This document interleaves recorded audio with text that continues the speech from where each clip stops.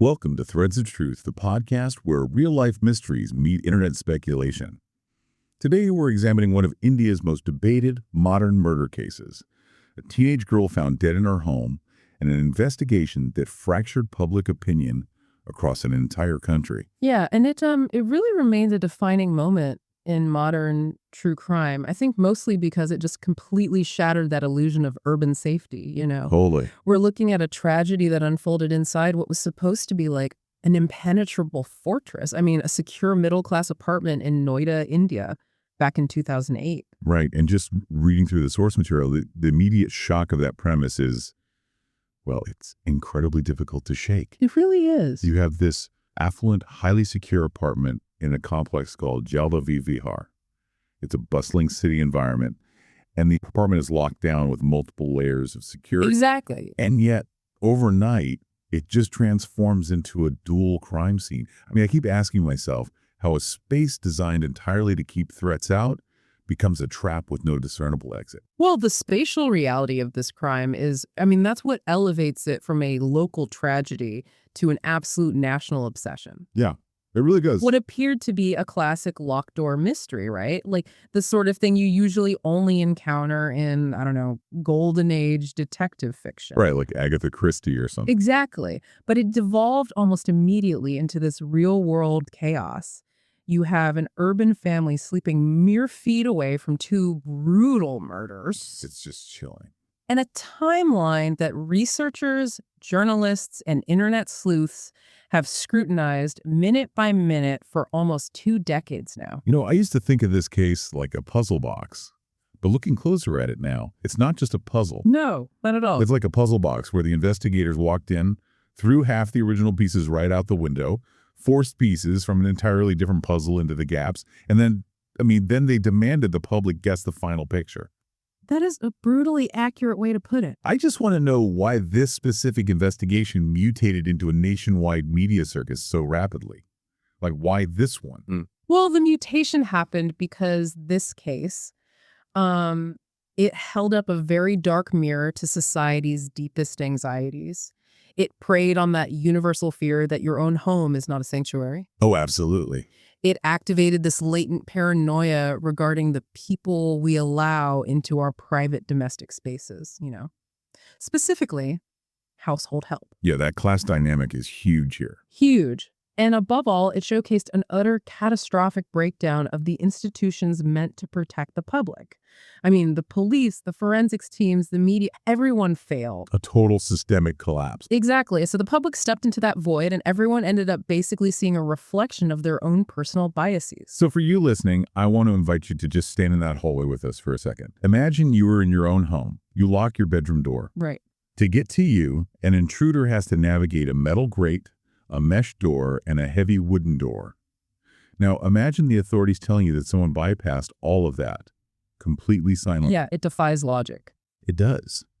They committed unthinkable acts and vanished while 2 adults slept 10 feet away.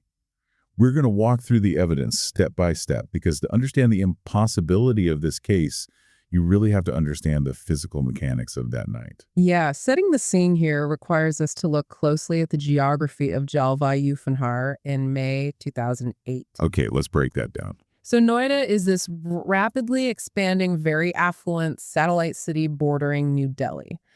And the Talwar family resides in a 1,300 square foot apartment. Which is a decent size. Yeah, it's a good size. Yeah. Dr. Rajesh and Dr. Nupur Talwar are prominent, highly successful dental surgeons. They share a clinic. They teach at dental colleges. They're deeply embedded in the professional upper middle class. Right. And they live with their only child, 13-year-old Aarushi, who is a student at Delhi Public School. Now, the architecture of this specific apartment is, well, it's the linchpin of the entire mystery. I want to map this out carefully because if you don't grasp the doors, nothing else makes sense. The doors are everything. Getting into this apartment was not a simple matter of turning a doorknob, right? It was this 3-tiered security system. Yeah, let's break that down mechanically. The outermost barrier is a heavy metal grill gate. Behind that is a middle door made of wire mesh. Okay. And finally, you have the innermost solid wooden door. Now, the crucial engineering detail here is that the middle mesh door and the inner wooden door are attached to the exact same door frame. Wait, the same frame. The exact same frame. And if you shut that inner wooden door, it locks automatically from the inside with a Yale lock. Okay, which means picking it or forcing it from the outside isn't going to happen silently. I mean, you have to make some serious noise. Exactly. You'd wake up the whole house. But there is a fourth person living in this residence, right? And his room completely complicates this entire lockdown perimeter. It does. The fourth resident is 45-year-old Yamprasad Banjad, universally known as Hemraj. He is the family's live-in cook and domestic worker, originally from Nepal.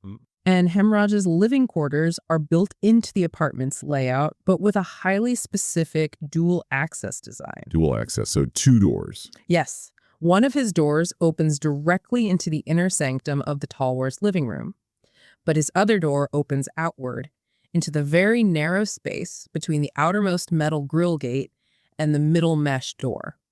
Okay, let me make sure I have this straight. Hemraj could leave his room and exit into the public stairwell without ever walking through the Talwar's private living space. That's right. But he also had a door that gave him direct access to the inside of the house at any time. Precisely.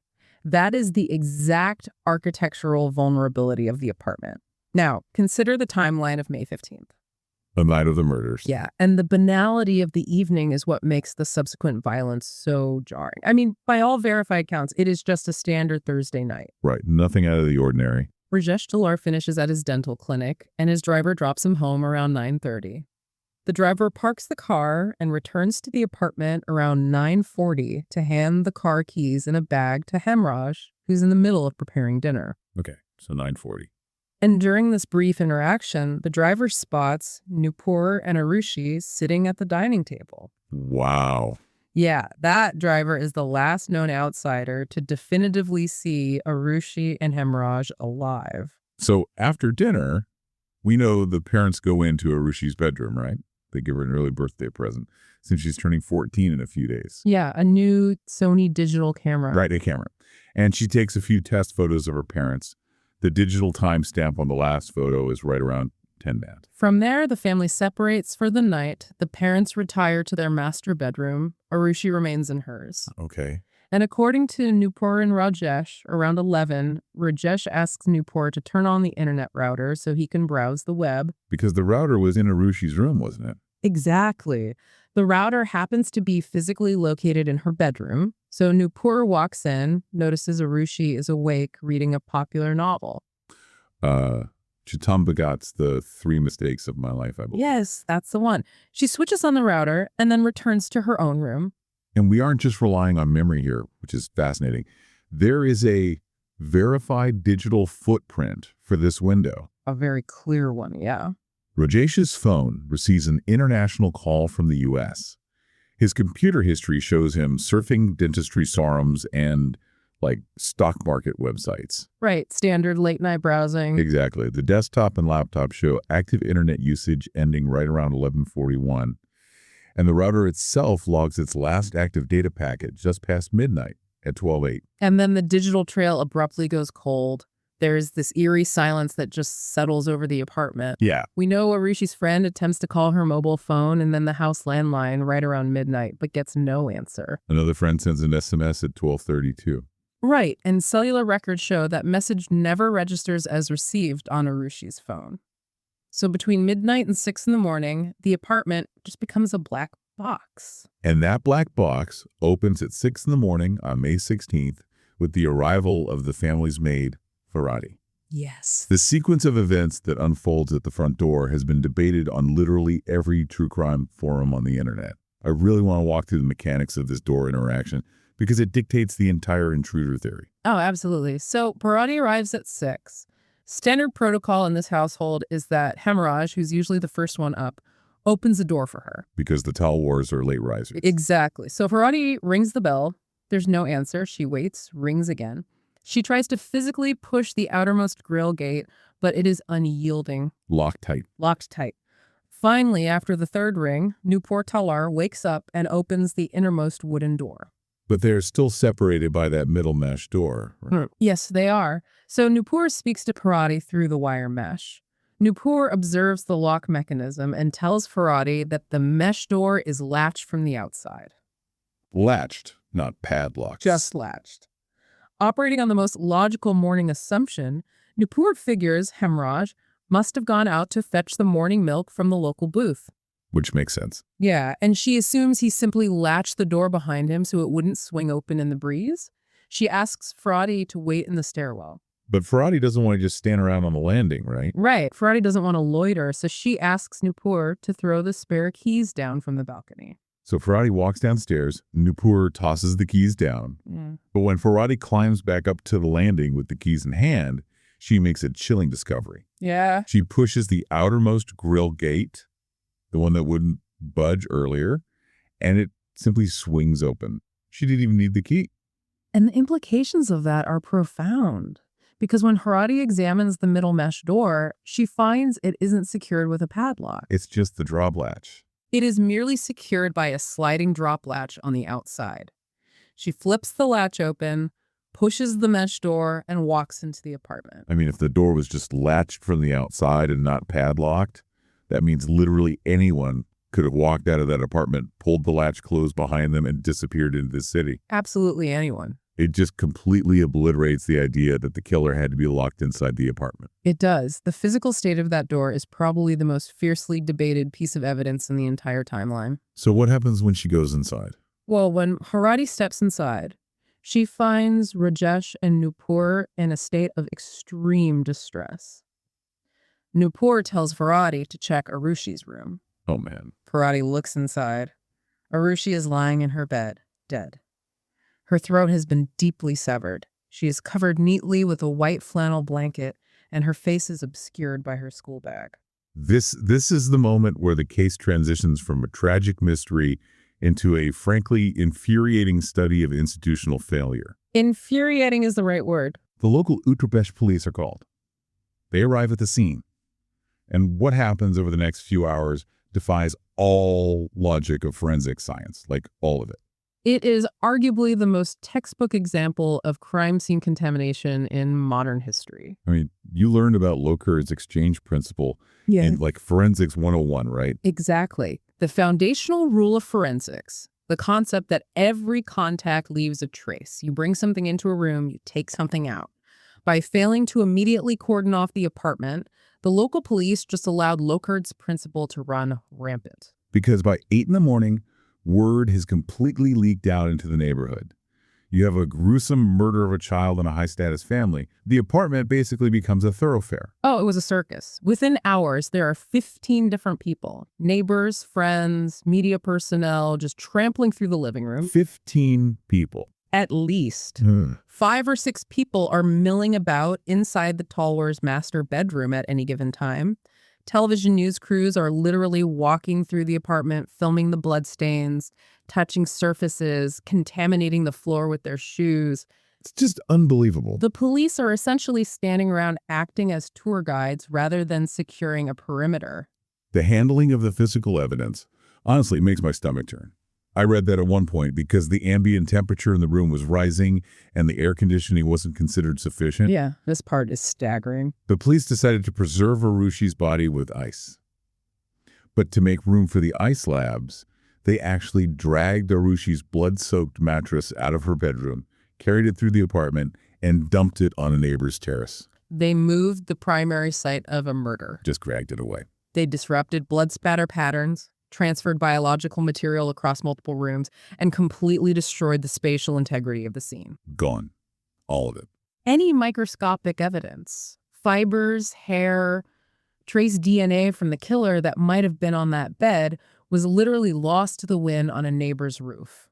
While this entire circus is happening in the apartment, I really have to ask, what were the police actually investigating? Like, what was their working theory while the evidence was being obliterated under their feet? Their entire focus was fixated on the missing man. Hemraj was gone. Right. The easy answer. Exactly. Rajesh Talwar was highly agitated, repeatedly urging the police to stop wasting time lingering in the apartment and to launch a manhunt for Hemraj. Because Rajesh thought Hemraj did it. Rajesh was so convinced that his servant had murdered his daughter and fled that he actually offered the police 25,000 rupees to fund a team's travel to Hemraj's native village in Nepal to track him down. Wow. So Hemraj is just immediately branded the prime suspect. The narrative is set on day one. The migrant worker turned violent and escaped. That was the operating theory. But meanwhile, there are visitors coming in and out of the Talwar apartment who are noticing something deeply disturbing in the public stairwell. Yeah, so on the morning of May 17th, 24 hours after the discovery of Arushi's body, visitors taking the stairs up to the apartment noticed distinct blood stains on the concrete steps leading further up to the building's roof terrace. What's out on the stairs? Yes. They follow the trail and find bloody smudge marks on the handle of the terrace door. And this terrace door is secured with a heavy padlock, correct? It is. So the visitors alert the police to the blood. The officers ask Rajesh for the key to the terrace lock. Okay. According to witness statements, Rajesh goes inside the apartment to search for it, but returns empty-handed, stating he cannot locate the key. Yeah. And this is where the investigative apathy becomes truly staggering. The police look at a locked door with fresh blood on the handle, located directly above an active murder scene, and they decide not to force the lock. Wait, I have to pause here. They're actively hunting for a missing suspect. Mm. They believe a violent murderer fled the building. They find his potential escape route covered in blood, and because they don't have the key, they just shrug and walk away. What was the justification for that? The lead investigators theorized that the killer must have attempted to escape by fleeing to the roof, found the terrace door locked, left the blood on the handle in a panic, and then ran back down the stairs to exit the building. Are you kidding me? I wish I was. They assumed whatever was behind the door was irrelevant because the door was locked. They completely failed to consider the alternative, that the lock was placed there after someone went through the door. I mean, it takes another full day for someone to apply basic logic to this situation. It isn't until a retired senior police officer who is visiting the grieving family points out the absolute absurdity of leaving a bloody door locked that the local police finally bring in tools to break it open. It's mind-boggling. So they break the padlock on the morning of May 17th. The door swings open to the sun-baked terrace. And what do they find? The first thing they see are heavy, bloody drag marks sweeping across the concrete floor. They follow the trail to the corner of the roof. Oh, no. Hidden beneath a large, detached air conditioning cooler panel, lying in a massive pool of coagulating blood, is a body. Hemorrhage. Yes. And because it has been exposed to the intense May heat of northern India for 2 whole days, it is in an advanced state of decomposition. So the prime suspect was dead on the roof the entire time they were looking for him. Hemraj Banjat, murdered. Alongside the body, the police find a bloody palm print smudged against the terrace wall. Wow. They find a distinct bloody shoe print, roughly a size 8 or 9, stamped onto the terrace floor. In an instant, the Noida police realize they don't have a murder and a fugitive. They have a double homicide. Made a colossal PR nightmare. And they have to face the humiliating reality that they allowed the second victim's body to literally rot in the sun while they stood directly beneath it, theorizing about his escape to Nepal. We really need to examine the medical reality of what happened to Aarushi and Hemraj, because the forensics, well, what little the medical examiners could actually salvage reveal a methodology that is incredibly specific and just deeply unsettling. Yeah, the postmortem reports indicate that both victims were executed in nearly identical, highly systematic ways. Systematic how? The sequence of violence is key here. First, both victims suffered a massive blunt force trauma to the front of the head. The autopsy reports document a very distinct U or V-shaped laceration and skull depression from this initial impact. A U or V shape, that's very specific. It is. In Arushi's case, the forensic pathologist estimated that this specific blow to her forehead would have instantly incapacitated her, inducing a deep coma, and likely would have killed her within minutes on its own. So the blunt force trauma takes them out immediately. They're unconscious, deeply incapacitated, or already clinically dead. Right. And then comes the blade. The secondary injury is the slitting of the throat. But the medical examiners explicitly noted that this was not a frenzied, chaotic, or jagged attack, which you might expect in a crime of sudden passion. It wasn't messy. No, they remarked on the clinical precision of the incisions. The cuts were made at exactly the right anatomical position to cleanly sever the windpipe and the vital left common carotid artery. I want to dig into the biology of that carotid artery cut because it creates a massive anomaly in the blood evidence that tells us exactly when the throat was cut. Right. We have to look at how blood pressure works. The carotid artery is a major vessel carrying oxygenated blood directly from the pumping heart to the brain. Right. If you sever a healthy carotid artery while a person is alive and their heart is pumping normally, the immense pressure causes arterial spurting. You will see blood spray forcefully, often hitting walls or ceilings several feet away. But the crime scene photos didn't show that. Precisely. There was absolutely no arterial spurting found in Aarushi's room, nor was there any on the terrace where hemorrhage was found. So what does that mean biologically? The blood had simply pooled and drained out passively. Biologically, this proves that their hearts had already stopped beating or were beating so weakly that blood pressure had bottomed out at the exact moment their throats were cut. Wow. They were practically dead from the blunt force trauma before the blade was ever even introduced. The weapons required to inflict these specific injuries become a massive battleground in this case. I mean, if there's no murder weapon left at the scene, what creates a U-shaped skull fracture and a clinically precise arterial slice? The theories regarding the weapons evolved dramatically depending on who was being investigated at the time. For the blunt trauma, the very specific U or V shape eventually led the Central Bureau of Investigation, or CBI, to look at sporting equipment. Like what? They formulated a theory that the impact perfectly matched the dimensions of a golf club, specifically a club from a set owned by Dr. Rajesh Talwar. Okay, so that points to the father. And what about the blade? If it's a precise cut, that leads investigators down a very specific occupational path, doesn't it? Initially, yes. Because the incisions were described as clean and surgical, the local police aggressively suggested the weapon was a surgical scalpel.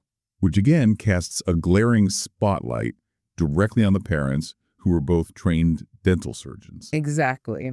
However, defense forensic experts heavily contested this.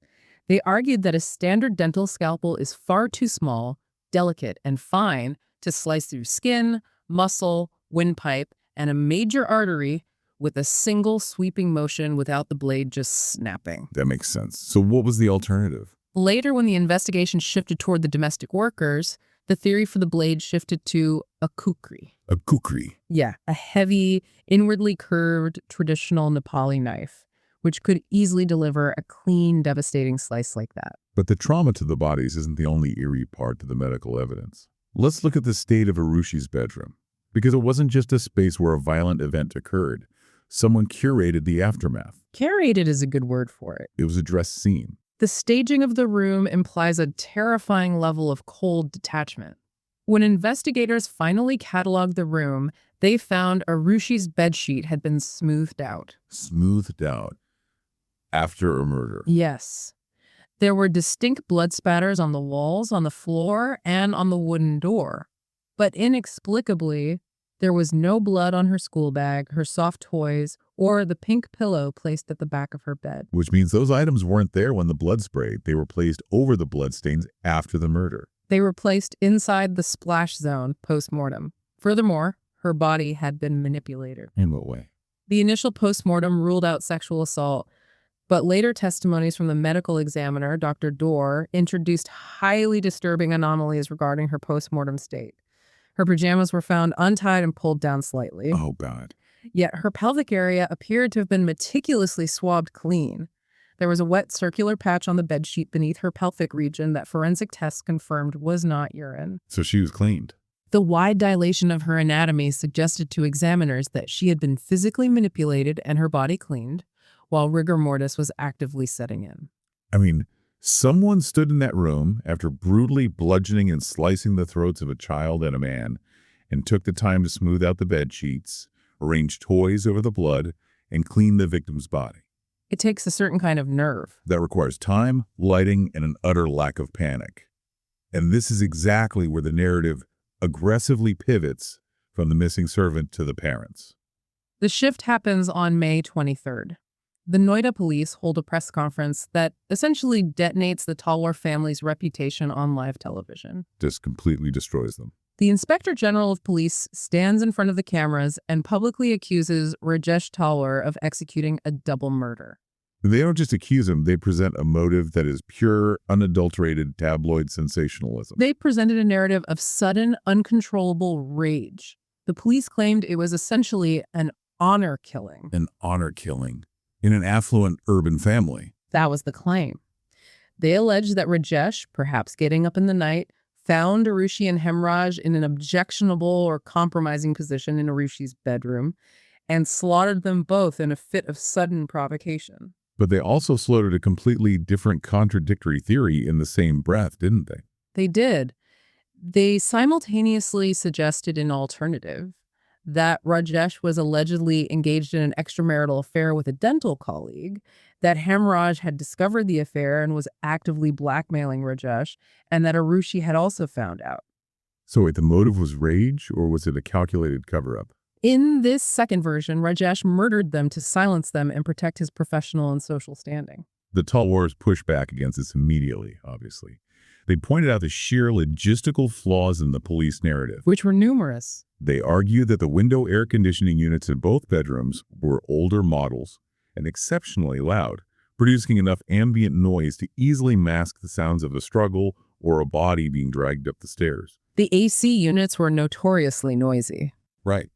Furthermore, they pointed out that Rajesh's clothing from that night bore absolutely no traces of Hemraj's blood, which would be impossible if he had dragged a bleeding man to the roof. Exactly. No blood transfer at all. To combat the catastrophic local investigation, the state government hands the case over to the CBI, the Central Bureau of Investigation, which is India's premier federal investigative agency. And the arrival of the first CBI team marks another absolute whiplash moment in this case. How so? They review the heavily compromised evidence, look at the timeline, and completely pivot away from the honor killing theory. They drop the parents as suspects entirely. Wow. Okay, so where do they look? They turn their crosshairs onto 3 Nepali domestic workers employed in the neighborhood. Krishna, who worked as an assistant at Rajesh Talwar's dental clinic, Rajkumar, who worked for family friends of the Talwars, and Mandal, who worked for a neighbor. The methods the CBI used to interrogate these 3 men sound like something out of a Cold War spy novel. Well, absolutely. They utilized narco-analysis or truth serum tests. I want to understand the science of this because it sounds definitive to a layperson, but legally and scientifically, it's incredibly flawed, isn't it? Narcoanalysis is a highly, highly controversial psychiatric interrogation technique. It involves intravenously injecting a suspect with a barbiturate, usually sodium pentothal. Sodium pentothal. The pharmacological goal is to depress the central nervous system, specifically lowering the subject's inhibitions and suppressing their higher cognitive functions. The theory is that it takes complex brain power to maintain a lie, so if you depress the brain, the subject will be forced to speak the truth. But it doesn't actually work like a magic truth button, does it? Not at all. It is widely considered scientifically unreliable and is categorically inadmissible as standalone evidence in Indian courts. Because they can just make things up. The problem is suggestibility. While the drug lowers the ability to lie, it also plunges the subject into a highly pliable, dreamlike state. Like hypnosis, almost. Yeah, exactly. If an interrogator asks leading questions like, "You held the knife, didn't you?" the heavily sedated subject is very likely to just agree or to weave a hallucinated narrative based on what they think the interrogator wants to hear. And that's exactly what happened here. The CBI conducted these tests, and the results were a mess of contradictions. Under the influence of the barbiturates, the 3 men provided entirely conflicting, garbled accounts of the night. What did they say? Well, one version had the 3 men drinking in Hemraj's room, attempting to sexually assault Aarushi, Hemraj threatening to expose them, and the men killing them both to prevent discovery. Okay, that's one narrative. But another drug-induced version had a completely different sequence of events regarding who brought the weapon and who struck the fatal blow. It was all over the place. But despite these heavily publicized confessions, the physical evidence just wasn't there. They scoured the men's clothing, their rooms, their belongings. And they found nothing. They couldn't find a single drop of Aarushi or Hemraj's DNA, not a single matching fingerprint, and no murder weapon linking Krishna, Rajkumar, or Mandal to the crimes.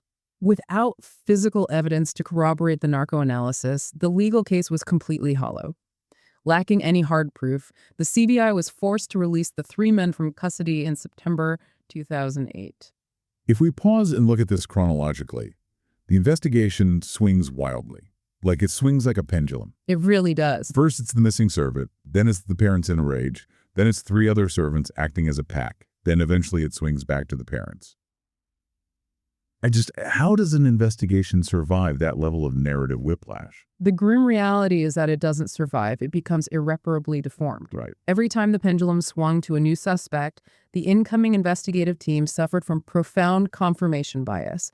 They had to retroactively take the heavily contaminated, incomplete physical evidence and try to hammer it into the shape of their new theory. Forcing the puzzle pieces again. Exactly. By the time a second, entirely new CBI team took over the case in 2009, they were inheriting a jigsaw puzzle where half the pieces were permanently lost and the other half had been forcibly jammed into the wrong places by previous detectives. So this second CBI team inherits the mess.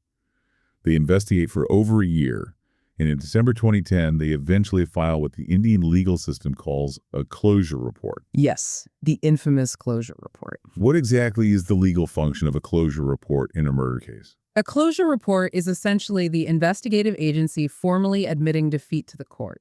The CBI documented their exhaustive findings and concluded that they had insufficient evidence to formally charge anyone and successfully prosecute them at trial. So they were giving up. They were asking the court to let them close the file. However, the controversy erupted because within that very same document, the CBI explicitly named Dr. Rajesh Talwar as their sole suspect. They name him as the only logical killer, but admit they can't prove it in front of a judge. What was the circumstantial chain of logic they built against him? They built their suspicion almost entirely on behavioral and physical anomalies. First, they leaned heavily on the lack of forced entry. They argued that because the outermost doors showed no signs of tampering, the killer had to be someone who already had access to the inside of the house. Which points inside. Okay. Second, they pointed to the internet router being manually switched off at 3:43 in the morning, long after the murders likely occurred, suggesting someone in the house was awake and active. They also brought up the state of Arushi's room again, right? Yes, the dressed crime scene. The CBI argued that an outside intruder, a burglar, or a transient killer would commit the crime and flee immediately. Right, they wouldn't stick around. Exactly. An intruder wouldn't linger in a house with sleeping adults to arrange toys, smooth out bed sheets, and clean a body. Finally, they leaned heavily on Rajesh's initial refusal to provide the key to the terrace door. Oh, because they theorized he deliberately hid Hemraj's body up there. Right, with the intention of disposing of it later, but was thwarted when the police arrived and basically stayed at the apartment.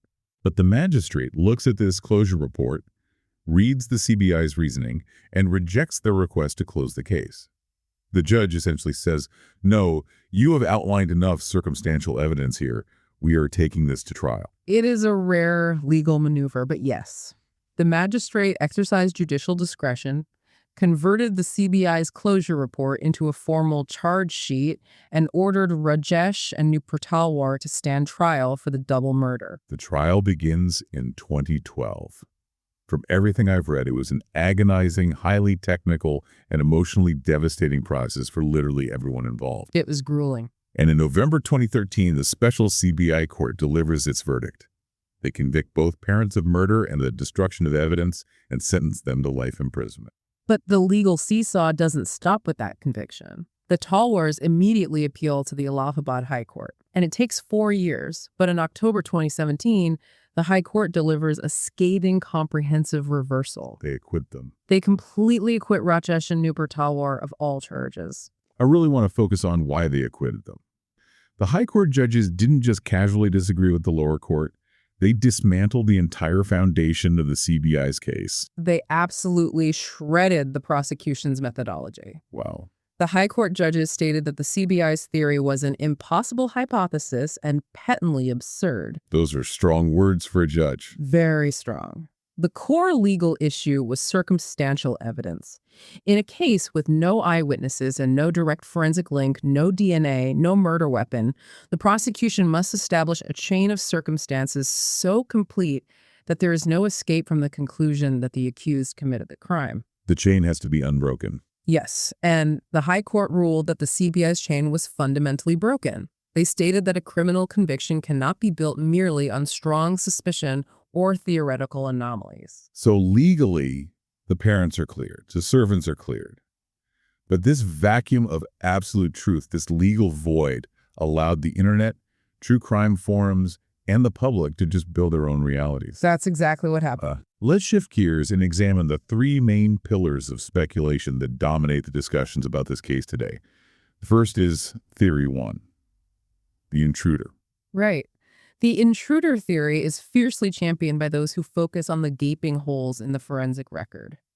Proponents argue that the lack of forced entry doesn't actually rule out an intruder because Hemraj's door, opening into the stairwell, could have been compromised, or Hemraj himself could have let someone in. The strongest piece of physical evidence for an outside presence is the missing mobile phones, isn't it? It is. Both Aarushi's and Hemraj's phones vanished from the apartment that night. And cell tower pinging data showed movement. In fact, Arushi's phone was recovered months later. That's right. It was found lying on a dirt track in a nearby area and had been picked up and used by a local family who police exhaustively investigated. And they found that family had absolutely zero connection to the Talwars or the servants. That's a huge point for the intruder theory. And there was also a piece of evidence found in the dining room that points away from the family. The Scotch bottle. Oh, the Scotch bottle. On the morning of May 16th, a near-empty bottle of Ballantyne's Scotch was found sitting on the Talwars' dining table. When forensics tested it, they found both Aarushi and Hemraj's blood on the glass, clearly indicating that the killer handled the bottle after committing the murders. But crucially, when they ran a profile on the touch DNA left on the bottle, it did not match Rajesh, it did not match Nupur, and it did not match any of the three Nepali servants. Exactly. It belonged to an unidentified person. Add to that the bloody shoe print on the terrace. The print was measured as roughly a size 8 or 9.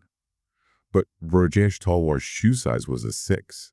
I mean, that is a massive physical discrepancy. It is a very hard detail to ignore. But then we have theory 2, family involvement, the inside job hypothesis. Those who believe the parents are guilty dismiss the bottle and the shoe print as red herrings or, frankly, just compromised evidence. They point to the psychology of the scene and the timeline. Right. Proponents of the family theory focus on the doors. Even if an intruder got into the apartment through Hemraj's quarters, how did they get into Arushi's bedroom? Because her door locked automatically, right? Yes. Her door featured a lock that could be opened from the outside with a key, but it locked automatically when pushed shut. If an intruder killed her, who locked her door from the outside as they left? That's a tough question to answer. Then there is the data router. It was manually turned off at 3:43 in the morning.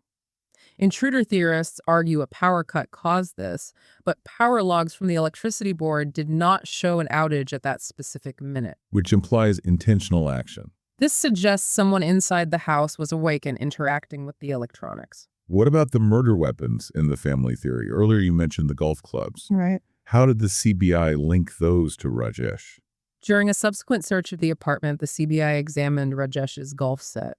They noted that 2 specific clubs, a 4-iron and a 5-wood, appeared to have been thoroughly visibly cleaned. Cleaned, while the rest were dusty. Exactly. They looked polished while the rest of the set was dusty. The CBI theorized that the 5-wood was the blunt weapon used to strike the victims and was then washed in the bathroom to remove biological evidence. Furthermore, the psychological argument here is about proximity. Many people find it utterly implausible that 2 parents could sleep through a brutal double murder involving heavy blunt force trauma and the physical dragging of a 45-year-old man's body up a concrete staircase just a few feet away from their bed. It really challenges basic intuition. The defense relied heavily on the drone of the old window air conditioners masking the noise, but for many studying the case, the proximity is the ultimate sticking point. Which brings us to Theory 3, which is perhaps the most widely accepted theory among online sleuths and legal scholars analyzing the case today. The contamination or the botched investigation theory. Yeah, this theory posits a very dark reality, that the truth is simply unknowable now. Unknowable. It argues that the local police allowed the scientific truth to be literally wiped away in the first 12 hours. They didn't secure the perimeter, they failed to collect proper fingerprints before the media trampled the house, they allowed the blood-soaked mattress to be moved, and they casually ignored the blood on the terrace door while the second victim decomposed. According to this theory, it doesn't matter if you believe it was an intruder or the parents. The physical proof required for a definitive, undeniable answer, the trace DNA, the uncorrupted blood spatter, the murder weapon, was irreversibly destroyed by institutional incompetence. Exactly. Nature abhors a vacuum, and so does the public. When the physical evidence evaporated, the media stepped into the void. The media trial in the Aarushi hemorrhage case was unprecedented in the history of Indian journalism. Unprecedented. It fundamentally altered how criminal cases are reported in the country. It felt like watching a horrific tragedy be retrofitted into a cheap daily soap opera. The 24-hour news cycle in India was relatively young and fiercely competitive in 2008. They need content, and they decided to generate it through character assassination. It was a masterclass in moral panic. The media often fed highly selective, unverified, or deliberately misleading leaks from unnamed police sources, moralized every single aspect of this family's life. It was awful. They took the private text messages and emails of a murdered 14-year-old girl, broadcast them on national television, and dissected them to paint her as rebellious, promiscuous, or culpable in her own death. It was sickening. They took an utterly innocent email where Aarushi apologized to her father for wanting to go see a movie with her friends, and talking heads on news channels framed it as psychological proof of a deep, violent rift between father and daughter. And they didn't stop there. News channels broadcast wild rumors of underground wife-swapping clubs among the Noida dental community. Oh my God. They discussed honor killings as if they were established, forensic facts. They created elaborate 3D animated recreations of the murders based on nothing but police gossip and played them on a loop. It's like pouring gasoline onto a contaminated crime scene. You aren't just destroying physical evidence anymore. You are actively destroying any remaining objective truth in the public consciousness. Precisely. Once a narrative of a psychopathic, wife-swapping dentist murdering his rebellious daughter catches fire on a 24-hour news network, forensic details like touch DNA or rigor mortis don't even matter to the public anymore. The media engineered a trial by optics. The public was trained to judge the Talwars not on evidence, but on their televised grief. The performance of grief. Yeah. When Nupur Talwar gave an interview and didn't weep in the exact hysterical manner the public expected of a grieving mother, news anchors cited it as proof of her psychopathy. When Rajesh appeared stoic and exhausted, he was deemed cold-blooded. They couldn't win. The media didn't just report on the investigation. They directed and manipulated the public's emotional response, essentially forcing the police to arrest the parents to satisfy the public hunger for a villain. While the media was obsessively dissecting every flaw of the affluent Talwar family, we really have to address the treatment of the other victim. Because the erasure of Hemraj Panjad is one of the darkest, most revealing aspects of this entire story. We looked at a piece from the Jamia Review that analyzes the sociological element perfectly. The analysis in the Jamia Review provides a chilling look at the deep-seated class dynamics that governed this investigation. Notice the immediate disparity in empathy. It's stark. Arushi's death was met with an outpouring of national mourning. She was recognizable to the people watching the news. She was a student, a daughter, a relatable upper-middle-class child. But Hemraj was instantly stripped of his humanity and reduced to a caricature, the Nepali servant. The police's very first instinct upon arriving at the scene wasn't that Hemraj could be in danger or that he could have been kidnapped or injured. Their immediate, unquestioned assumption was that the working-class migrant must be a violent, predatory criminal who struck his employers and fled. That inherent bias directly derailed the investigation. Their casual attitude toward his disappearance, treating it as the flight of a guilty man rather than the absence of a potential victim, is exactly why they delayed searching the terrace. It's so sad. Hemraj was treated as an afterthought. He was viewed as an accessory to the crime committed against the affluent family rather than a human being deserving equal justice. His identity was entirely erased by his profession and his social class. His widow, Kunkala, was back in Nepal, giving desperate pleas to the press, stating that Hamraj had recently called her, saying he feared for his life in Noida. And nobody listened. Her voice was largely ignored by the mainstream narrative. Class prejudice didn't just shape the insensitive media coverage. It tactically shaped the physical investigation. It allowed a second murder victim to decompose on a roof because nobody cared enough to break a padlock to look for a servant. So we arrive at the final analysis of this case. After almost 2 decades, countless inquiries, and a trial that gripped the nation, a consensus has never formed. Why does this case remain the ultimate Rorschach test for the Indian public? Well, because whatever you believe is fundamentally broken in society, you can find evidence of it in this specific case. It operates as a mirror. A mirror, yeah. If you inherently distrust the wealthy elite, you look at this case and see entitled "Powerful Parents Using Their Resources to Manipulate the System and Get Away with Murdering Their Child."